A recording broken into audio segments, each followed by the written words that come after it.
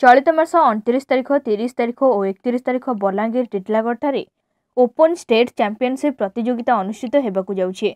एथिपई Odisha judo school पक्षरु Puri सहर batteries उच्च विद्यालय 13 जणिया जूडोको दल गुरुवार प्रतियोगिता यात्रा करिसेंती। एही दल रे 11 जण पुओ और 2 जण महिला प्रतियोगी स्थान पाइछंती।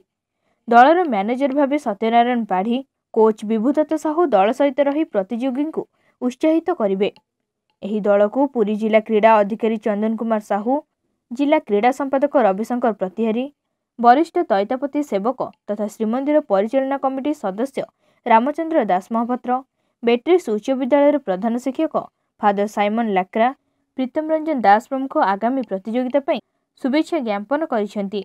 वरिष्ठ जूडो कोच सविता नंदको प्रत्यक्ष तत्वावधान रे दल निश्चय भल प्रदर्शन करियो बोली प्रतियोगी माने आशावादी अछंती।